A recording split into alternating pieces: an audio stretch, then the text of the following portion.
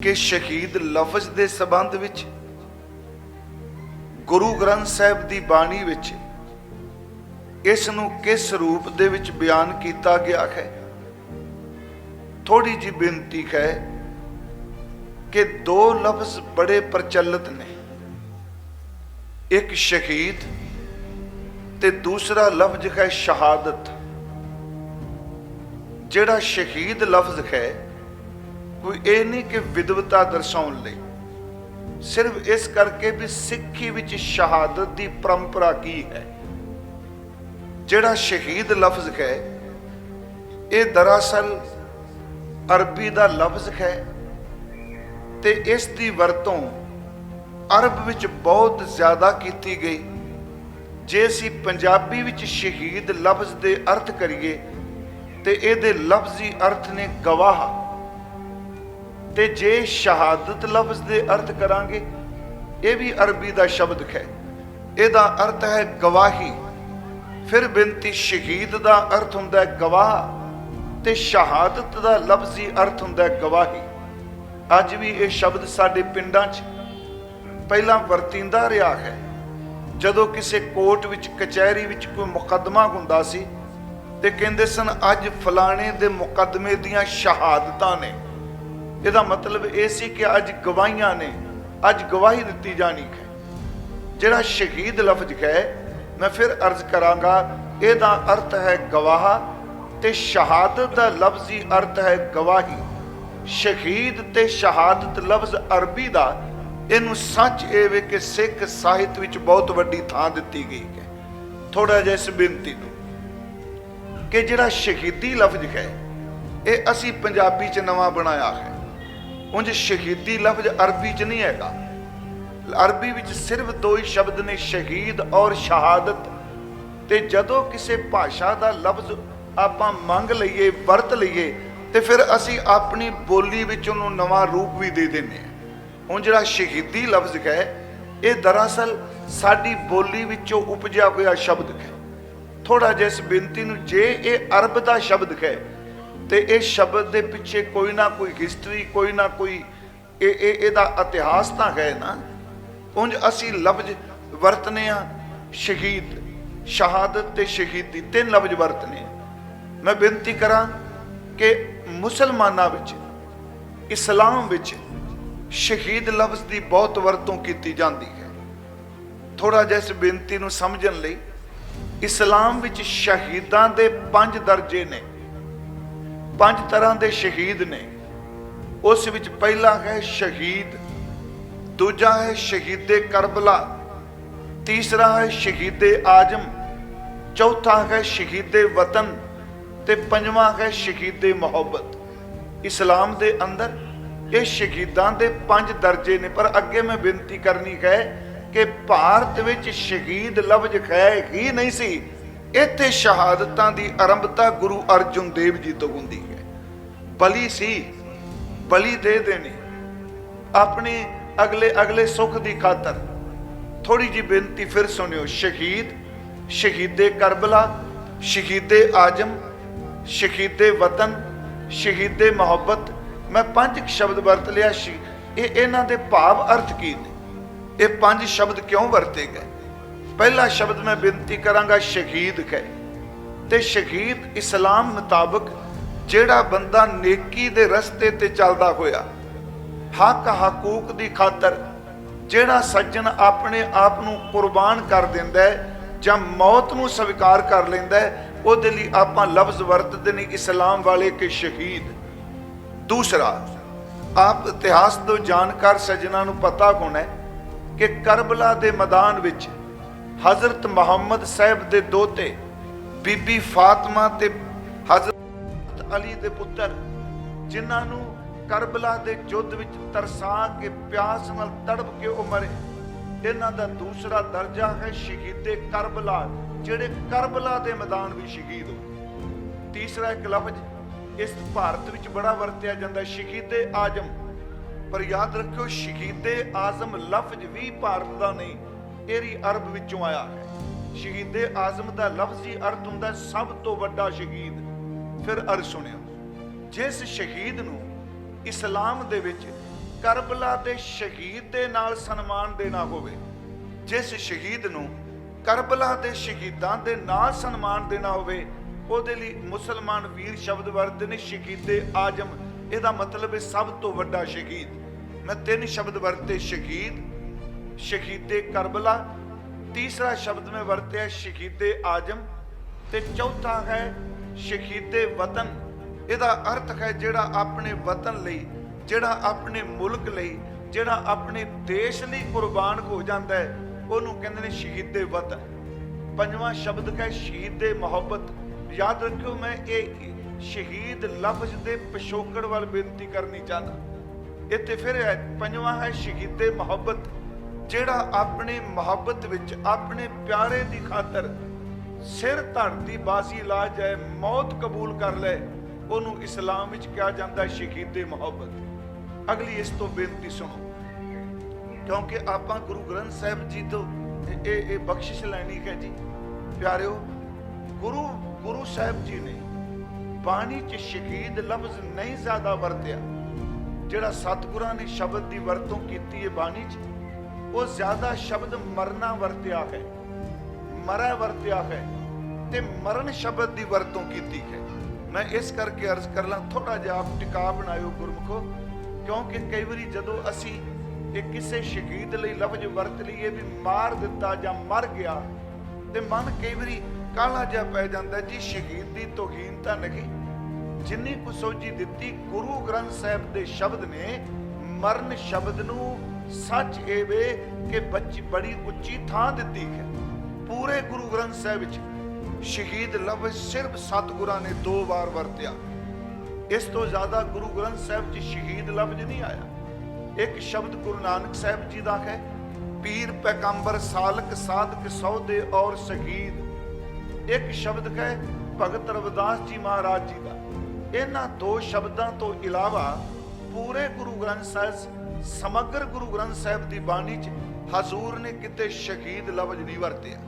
ਹਾਂ, ਸਤਿਗੁਰਾਂ ਨੇ ਜਿਸ ਲਫ਼ਜ਼ ਦੀ ਵਰਤੋਂ ਕੀਤੀ ਉਹ ਜ਼ਿਆਦਾ ਸ਼ਬਦ ਮਰਨ ਵਰਤਿਆ। ਮੈਂ ਆਪ ਨੂੰ ਬੇਨਤੀ ਕਰਾਂ, ਅਸੀਂ ਜਦੋਂ ਗੁਰੂ ਗ੍ਰੰਥ ਸਾਹਿਬ ਜੀ ਦਾ ਪਾਠ ਕਰਨੇ ਤੇ ਸਾਡੇ ਕੋਲ ਇੱਕ ਸ਼ਬਦ ਜਿਹੜਾ ਹੈ ਖਾਸ ਕਰਕੇ ਸ਼ਹੀਦਾਂ ਦੇ ਵੇਲੇ ਪੜਿਆ ਜਾਂਦਾ ਹੈ, ਭਗਤ ਕਬੀਰ ਸਾਹਿਬ ਜੀ ਦਾ ਬਚਨ ਹੈ। ਕਿਉਂਕਿ ਸੂਰਮਿਆਂ ਨਾਲ ਜ਼ਿਆਦਾ ਸ਼ਬਦ ਭਗਤ ਕਬੀਰ ਜੀ ਨਾਲ ਸੰਬੰਧਿਤ ਨੇ ਗੁਰੂ ਗ੍ਰੰਥ ਸਾਹਿਬ ਜੀ। ਉਹ ਪਵਿੱਤਰ 2 ਸ਼ਲੋਕ, ਗਗਨ ਤਮਾਮਾ ਬਾਜਿਓ ਪਰਿਓ ਨਿਸ਼ਾਨੇ ਘਾਓ, ਖੇਤ ਜੋ ਮਾਂਡਿਓ ਸੂਰਮਾ ਅਬ ਜੂਝਣ ਕੋ ਤਾਓ। ਇਹਦੇ ਅਰਥ ਗੁਰਮੁਖ ਵਿਦਵਾਨ ਇਹ ਕਰਦੇ ਆ ਕਿ ਲਫ਼ਜ਼ੀ ਅਰਥ ਤਾਂ ਇਹ ਨੇ ਕਿ ਆਕਾਸ਼ ਦੇ ਵਿੱਚ ਨਗਾਰਾ ਵੱਜਿਆ, ਇਹਦੇ ਅਰਥ ਅੰਦਰੂਨੀ ਨੇ। ਮੈਂ ਅੱਗੇ ਬੇਨਤੀ ਕਰਾਂਗਾ, ਗੁਰਮਤ ਵਿੱਚ ਸੂਰਮੇ ਕਿੰਨੀ ਤਰ੍ਹਾਂ ਦੇ। ਫਿਰ ਬੇਨਤੀ ਹੈ, ਗਗਨ ਤਮਾਮਾ ਬਾਜਿਓ ਪਰਿਓ ਨਿਸ਼ਾਨੇ ਘਾਓ। ਇਹਦਾ ਲਫ਼ਜ਼ੀ ਅਰਥ ਆਕਾਸ਼ ਹੈ, ਪਰ ਗੁਰੂ ਗ੍ਰੰਥ ਸਾਹਿਬ ਵਿੱਚ ਕਈ ਵਾਰੀ ਬਾਹਰ ਦੇ ਲਫ਼ਜ਼ ਜਿਹੜੇ ਨੇ ਉਹ ਅੰਦਰੂਨੀ ਜੀਵਨ ਦੀ ਵਿਆਖਿਆ ਕਰਦੇ। ਹੁਣ ਇੱਥੇ ਗੁਰਮੁਖ ਆਕਾਸ਼ ਦਾ ਅਰਥ ਦਸਮ ਦਵਾਰ ਵੀ ਕਰਦੇ ਆ। ਜਿਵੇਂ ਬਾਣੀ 'ਚ ਇੱਕ ਬਚਨ ਹੁੰਦਾ ਹੈ ਕਿ ਗੁਰਮੁਖ ਅੰਤਰ ਸਹਿਜ ਕਹਿ ਮਨ ਚੜਿਆ ਦਸਵੇਂ ਆਕਾਸ਼, ਤਿੱਥੈ ਊਂਘ ਨਾ ਭੋਖੈ ਹਰ ਅੰਮ੍ਰਿਤ ਨਾਮ ਸੁਖਵਾਸ, ਨਾਨਕ ਦੁੱਖ ਸੁਖ ਵਿਆਪਤ ਨਹੀਂ ਜਿੱਥੈ ਆਤਮ ਰਾਮ ਪ੍ਰਗਾਸ। ਉੱਥੇ ਲਫ਼ਜ਼ ਆਕਾਸ਼ ਵਰਤਿਆ ਹੈ। ਮੈਂ ਫਿਰ ਬੇਨਤੀ ਕਰਾਂ, ਗਗਨ ਦਾ ਅਰਥ ਦਸਮ ਦਵਾਰ।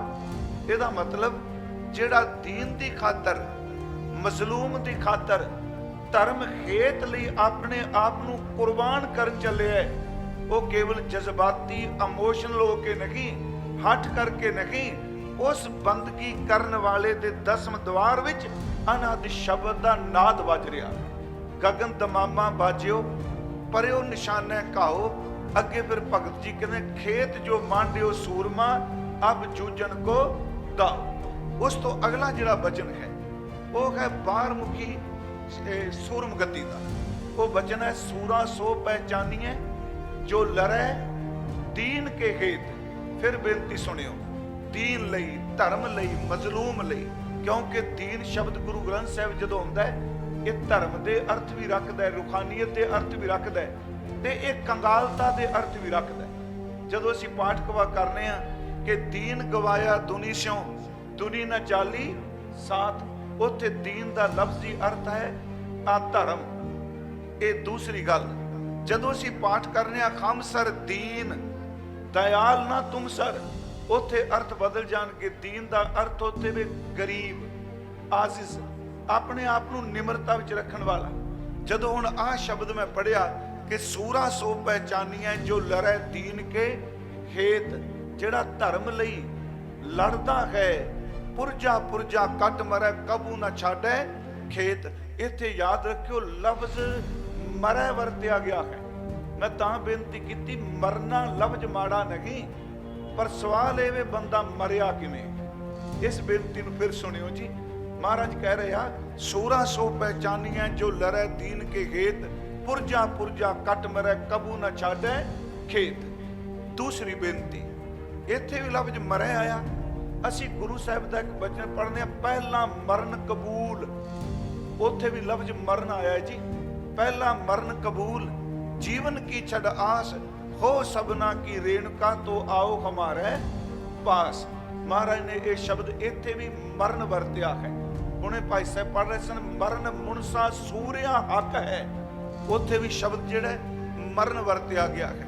ਮੇਰੀ ਫਿਰ ਬੇਨਤੀ ਹੈ ਜੀ, ਮਰੈ ਮਰਨ ਮਰਨਾ। ਸਤਿਗੁਰੂ ਨੇ ਬਾਣੀ 'ਚ ਇੱਕ ਬਚਨ ਹੋਰ ਹੈ, ਮਰਤਾ ਮਰਤਾ ਜਗ ਮੁਆ, ਮਰ ਪੀ ਨਾ ਜਾਣਿਆ ਕੋਏ। ਇਹ ਸ੍ਰੀ ਗੁਰੂ ਗ੍ਰੰਥ ਸਾਹਿਬ ਦੀ ਅੰਮ੍ਰਿਤ ਬਾਣੀ 'ਚ 2 ਵਾਰੀ ਸ਼ਲੋਕ ਆਉਂਦਾ। ਇਹਦਾ ਪਾਠ ਭੇਦ ਹੈ ਪਰ ਅਰਥ ਭੇਦ ਨਹੀਂ। ਮਹਾਰਾਜ ਦੇ ਬਚਨ ਨੇ ਕਿ ਮਰਤਾ ਮਰਤਾ ਜਗ ਮੁਆ, ਮਰ ਪੇ ਨਾ ਜਾਣਿਆ ਕੋਏ, ਐਸੀ ਮਰਨੀ ਜੋ ਮਰੈ ਬਹੁਰ ਨਾ ਮਰਨਾ ਹੋਏ। ਇੱਥੋਂ ਤੱਕ ਕਿ ਧੰਨ ਸ੍ਰੀ ਗੁਰੂ ਗੋਬਿੰਦ ਸਿੰਘ ਜੀ ਨੇ ਆਪਣੀ ਅੰਮ੍ਰਿਤ ਬਾਣੀ ਵਿੱਚ ਲਫ਼ਜ਼ ਸ਼ਹੀਦ ਦੀ ਥਾਂ ਮਰਨ ਵਰਤਿਆ। ਮਹਾਰਾਜ ਦਾ ਬਚਨ ਹੈ, ਜਬ ਆਪ ਕੀ ਔਦ ਨਿਧਾਨ ਬਣੈ ਅਤ ਹੀ ਰਣ ਮੈਂ ਤਬ ਜੂਝ ਮਰੋ ਸ਼ਬਦ ਹੈ।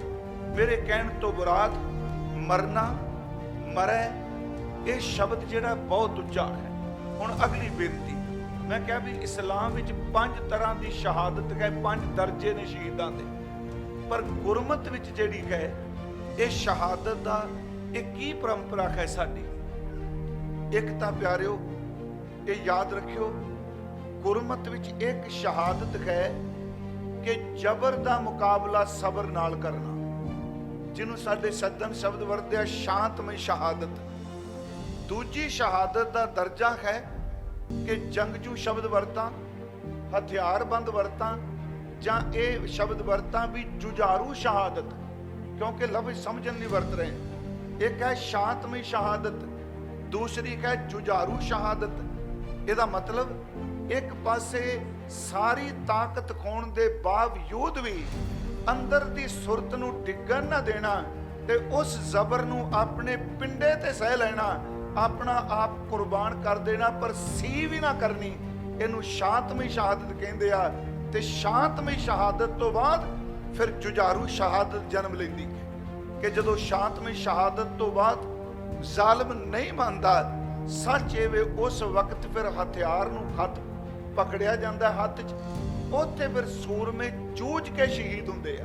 ਮੈਂ ਆਪ ਨੂੰ ਬੇਨਤੀ ਕਰਾਂ ਜੀ, ਜਦੋਂ ਆਪ ਜੀ ਸਿੱਖ ਇਤਿਹਾਸ ਨੂੰ, ਗੁਰੂ ਇਤਿਹਾਸ ਤੋਂ ਲੈ ਕੇ ਅੱਜ ਤੱਕ ਆਪ ਜੀ ਜਿੰਨੀ ਵੀ ਹਿਸਟਰੀ ਪੜ੍ਹੋਗੇ, ਤੁਹਾਨੂੰ ਸ਼ਹਾਦਤਾਂ ਦੀ 2 ਤਰ੍ਹਾਂ ਦੀ ਇਹ ਪਰੰਪਰਾ ਮਿਲੇਗੀ। ਇੱਕ ਸ਼ਾਂਤਮਈ ਸ਼ਹਾਦਤ ਮਿਲੇਗੀ ਤੇ ਇੱਕ ਜੁਝਾਰੂ ਸ਼ਹਾਦਤ ਮਿਲੇਗੀ। ਇਸ ਤੋਂ ਅਗਲੀ ਬੇਨਤੀ, ਕਿਉਂਕਿ ਇੱਥੇ ਮੈਂ 5 ਦਰਜੇ ਨਹੀਂ ਕੀਤੇ, 2 ਲਫ਼ਜ਼ ਵਰਤੇ ਨੇ, ਸ਼ਾਂਤਮਈ ਸ਼ਹਾਦਤ ਤੇ ਜੁਝਾਰੂ ਸ਼ਹਾਦਤ। ਇੱਕ ਹੋਰ ਅਰਜ਼ ਮੈਂ ਕਰਦਾ ਜਾਵਾਂ ਜੀ। ਦੇਖੋ, ਪਹਿਲੀ ਸਿਰਫ ਆਪਾਂ ਬਾਣੀ ਚੋਂ ਗੱਲ ਕਰ ਰਹੇ ਹਾਂ। ਜਿਹੜੀ ਮੌਤ ਹੈ, ਉਂਝ ਤਾਂ ਜਿੰਨੇ ਅਸੀਂ ਬੈਠੇ ਹਾਂ, ਇਕੱਲੇ ਅਸੀਂ ਬੈਠੇ ਨਹੀਂ, ਜਿੰਨੇ ਵੀ ਇਸ ਧਰਤੀ ਤੇ ਇਨਸਾਨ ਨੇ, ਸੱਚ ਇਹ ਵੇ ਹਰ ਬੰਦੇ ਦੇ ਬਾਰੇ ਉਹਦੇ ਜਨਮ ਤੋਂ ਪਹਿਲਾਂ ਰੱਬ ਨੇ ਉਹਦੀ ਮੌਤ ਲਿਖ ਕੇ ਉਹਨੂੰ ਭੇਜਿਆ। ਕਿਉਂਕਿ ਗੁਰਬਾਣੀ ਦਾ ਇਹ ਸਪਸ਼ਟ ਨਿਰਣਾ ਹੈ ਕਿ ਮਰਨ ਲਿਖਾਏ ਮੰਡਲ ਮੈਂ ਆਏ। ਇੱਥੇ ਸ਼ਬਦ ਹਜ਼ੂਰ ਨੇ ਮਰਨ ਲਿਖਾਏ ਵਰਤਿਆ ਹੈ। ਇਹਦਾ ਮਤਲਬ ਆਏ ਬਾਅਦ ਵਿੱਚ ਗਏ, ਪਹਿਲਾਂ ਮਰਨ ਲਿਖਾਏ ਗਏ, ਮੌਤ ਲਿਖਾ ਕੇ ਅਸੀਂ ਆਏ ਹਾਂ। ਤੇ ਕੋਈ ਬੰਦਾ, ਸੰਤ ਭਗਤ ਆਮ ਬੰਦਾ, ਕੋਈ ਇਨਸਾਨ ਐਸਾ ਨਹੀਂ ਜਿਹਨੂੰ 5 ਤੱਤਾਂ ਦੇ ਚੋਲੇ ਵਾਲੇ ਦੀ ਰੱਬ ਨੇ ਮੌਤ ਨਹੀਂ ਲਿਖੀ। ਹਰ ਬੰਦੇ ਦੀ ਲਿਖੀ ਹੋਈ ਹੈ। ਇੱਥੇ ਮੈਂ ਇੱਕ 2-3 ਬੇਨਤੀਆਂ ਹੋਰ ਕਰਨੀਆਂ। ਜਿਹੜੀ ਗੁਰਬਾਣੀ 'ਚ ਮੌਤ ਹੈ, ਉਂਝ ਵੈਸੇ ਤਿੰਨ ਤਰ੍ਹਾਂ ਦੀ ਮੌਤ ਗੁਰੂ ਗ੍ਰੰਥ ਸਾਹਿਬ ਵਿੱਚੋਂ ਪੜ੍ਹਨ ਨੂੰ ਮਿਲਦੀ ਹੈ। ਆਪ ਕਹੋਗੇ ਮੌਤ ਤਾਂ ਇੱਕੋ ਹੀ ਹੁੰਦੀ ਹੈ, ਨਹੀਂ, ਤਿੰਨ ਤਰ੍ਹਾਂ ਦੀ ਮੌਤ ਗੁਰੂ ਗ੍ਰੰਥ ਸਾਹਿਬ ਵਿੱਚੋਂ ਮਿਲੇਗੀ ਸਾਨੂੰ। ਦੂਸਰੀ ਗੱਲ, ਇੱਕ ਮੌਤ ਐਸੀ ਹੈ ਜਿਹੜੀ ਬੰਦਾ ਜਿਉਂਦਾ ਮਰ ਜਾਂਦਾ ਹੈ। ਇਹ ਚਾਰ ਮੈਂ ਸ਼ਬਦ ਲਏ ਨੇ ਜੀ, ਫਿਰ ਦੁਬਾਰਾ ਰਿਪੀਟ ਕਰਨਾ। ਤਿੰਨ ਤਰ੍ਹਾਂ ਦੀ ਮੌਤ ਦਾ ਜ਼ਿਕਰ ਜਦੋਂ ਬਾਣੀ 'ਚ ਪੜ੍ਹਨੇ ਹਾਂ, ਪਹਿਲੀ ਤਰ੍ਹਾਂ ਦੀ ਮੌਤ ਇਹ ਹੈ ਜਿਹਨੂੰ ਆਪਾਂ ਫਿਜ਼ੀਕਲ ਡੈਥ ਕਹਿੰਦੇ ਹਾਂ, ਸਰੀਰਕ ਮੌਤ ਕਹਿ ਲਓ, ਕਿ ਜਿਹੜਾ ਵਜੂਦ ਬਣਿਆ, ਜਿਹੜਾ ਤਨ ਬਣਿਆ, ਉਹਨੇ ਟੁੱਟਣਾ ਹੀ ਟੁੱਟਣਾ ਹੈ। ਤੇ ਗੁਰੂ ਗ੍ਰੰਥ ਸਾਹਿਬ ਵਿੱਚ ਸਰੀਰਕ ਮੌਤ ਦਾ ਬਹੁਤ ਜ਼ਿਕਰ ਕੀਤਾ ਗਿਆ। ਇਹ ਸਭ ਲਈ ਹੈ ਜੀ, ਇਹ ਹਰ ਇੱਕ ਤੇ ਆਉਣੀ ਹੈ। ਜਿਵੇਂ ਆਪ ਜੀ ਪਾਠ ਕਰਦੇ, ਜੋ ਉਪਜਿਓ ਸੋ ਬਿਨਸ ਕਹੈ, ਪਰੋ ਆਜ ਕੈ ਕਾਲ, ਨਾਨਕ ਹਰ ਗੁਣ ਗਾਏ ਲੈ ਛਾੜ ਸਗਲ ਜੰਜਾਲ। ਜਿਹੜੀ ਢਾਂਚਾ ਬਣਿਆ ਉਹਨੇ ਟੁੱਟਣਾ ਹੈ ਜੀ, ਉਹ ਬਿਨਸੇਗਾ। ਇੱਕ ਮੌਤ ਮੈਂ ਅਰਜ਼ ਕਰਾਂ, ਉਹ ਸਰੀਰਕ ਹੈ, ਜਿਹਨੂੰ ਗੁਰੂ ਗ੍ਰੰਥ ਸਾਹਿਬ ਜੀ ਨੇ ਵਾਰ-ਵਾਰ ਸਾਨੂੰ ਸਮਝਾਇਆ, ਇਹ ਤਨ ਐਸਾ ਜੈਸੇ ਘਾਸ ਕੀ ਟਾਟੀ, ਜਲ ਗਇਓ ਕਾਸ਼ ਰਲ ਗਇਓ ਮਾਟੀ। ਇਹ ਸਰੀਰ ਇਸ ਤਰ੍ਹਾਂ ਹੈ ਜਿਵੇਂ ਮੰਨ ਲਓ ਕੱਖਾਂ ਦੀ ਬਣੀ ਕੋਈ ਇੱਕ ਛਪਰੀ ਹੈ, ਇਹਨੇ ਬਿਨਸ ਜਾਣਾ। ਬੜੇ ਪ੍ਰਮਾਣ ਦਿੱਤੇ। ਇੱਕ ਮਹਾਰਾਜ ਦਾ ਬਚਨ ਆਉਂਦਾ ਹੈ, ਤੂੰ ਕਾਹੇ ਗਰਬੇ ਬਾਵਲੀ, ਜੈਸੇ ਭਾਦੋ ਖੂੰਬ ਰਾਜ, ਤੂੰ ਤਿਸਤੇ ਖਰੀ ਉਤਾਵਲੀ।